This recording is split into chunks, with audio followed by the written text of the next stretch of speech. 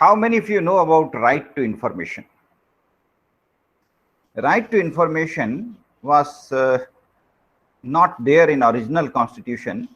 The right to information was introduced later on to a separate act, and we must be thankful to those people who created the movement to bring right to information act.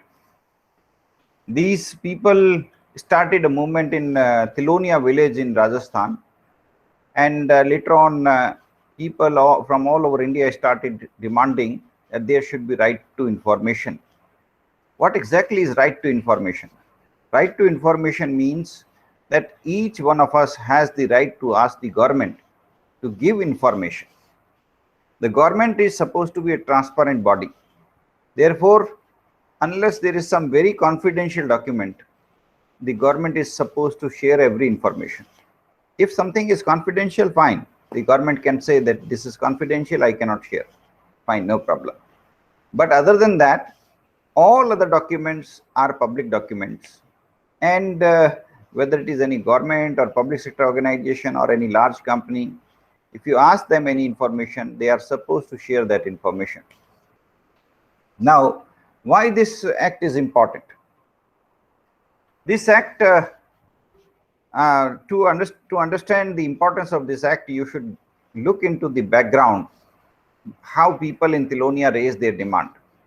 See what happened, that the government in Tilonia village and other places was not very transparent. There was some case of corruption.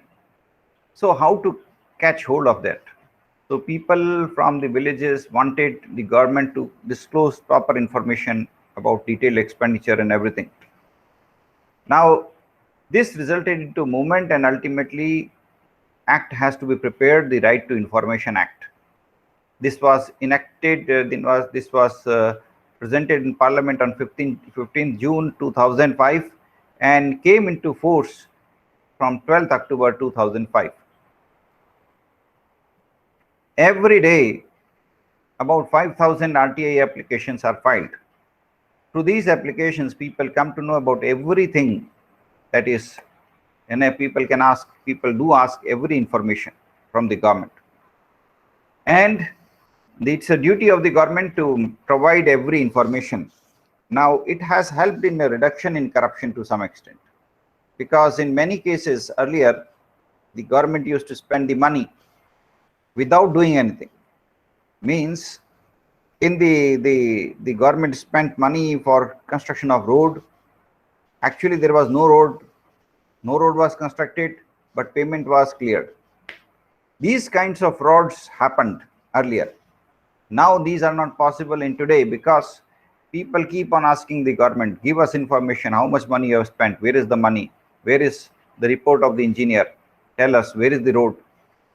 So every data is collected today by people to monitor where the government is spending money, where the parliamentarians and the public representatives, where are they spending the money, how are they spending the money.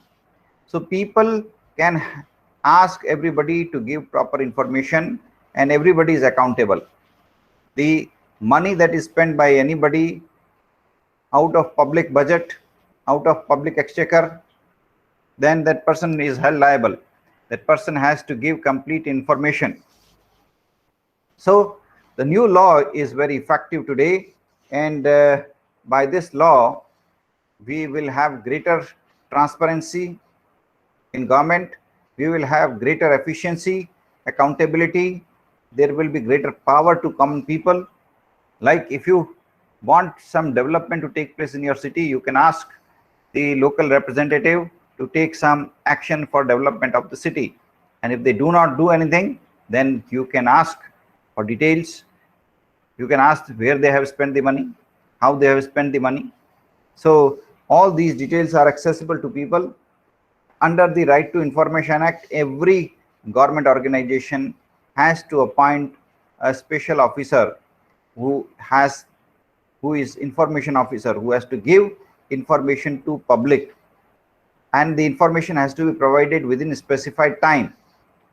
People can inspect documents, they can make copies of the documents, they can take record, they can take notes, they can extract copies of any public document, any government document, they can take certified copies, they can take certified samples of the material, they can obtain information in electronic form. So these are the provisions. Every organization which is a government organization or large organization which is having a public money involved will have to follow the RTI Act, will have to create an executive to supply required information to common people.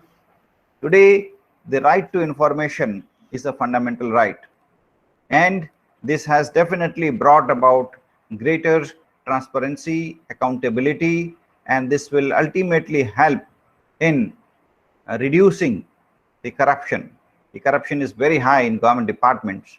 It cannot be brought down completely to zero immediately, but if such laws are made, like Right to Information Act or other such acts are introduced, slowly and slowly the level of corruption will come down, and if corruption will be eliminated from the society, definitely it will bring about transformation of the society, and there will be a lot of improvement. Under the Right to Information Act, within 30 days, information has to be provided by PIO. PIO means the person who is responsible for providing information. So nominal fees is charged for providing the information, which is very nominal charges, right? So we hope such laws will keep on helping us. If more and more such laws are enacted, corruption can be eliminated. Corruption is not something which cannot be eliminated. We can eliminate corruption by creating such laws as Right to Information Act. If we bring about such laws, if we bring about more such laws, what will happen? Ultimately, we will have no corruption at all. We will have excellent administration. For that, people like you should periodically see the society, the changes in society, raise your voice. You can also ask the government to enact laws such which can bring about greater transparency, greater accountability, and implementation of e-governance. Today, many government officers are not willing to implement e-governance, but there is need to implement e-governance. There is need to introduce major reforms in government working. There is need to introduce automation in government departments slowly and slowly, so that corruption is minimized. We have plenty of manpower, but government departments need automation because there is very high corruption in government department, which can be eliminated only by introduction of automation. Similarly, the tasks which can help farmers should be taken up fast. For example, weather predictions. This kind of weather prediction and forecasting should be linked in local languages, and the news should be sent to the local farmers at the earliest. Similarly, the role of the tahsildars and patwaris must be completely changed. E-governance should be introduced because it has been observed that these people are often creating many hurdles and they are often very corrupt officers.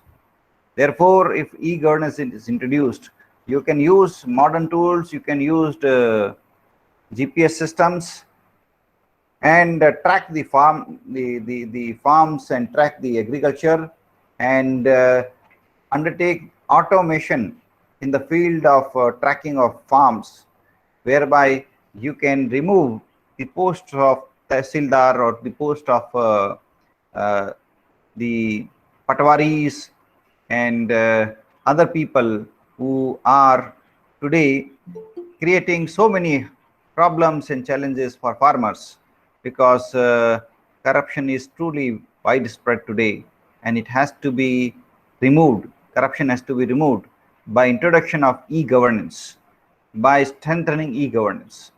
And for that, people like you should raise your voice.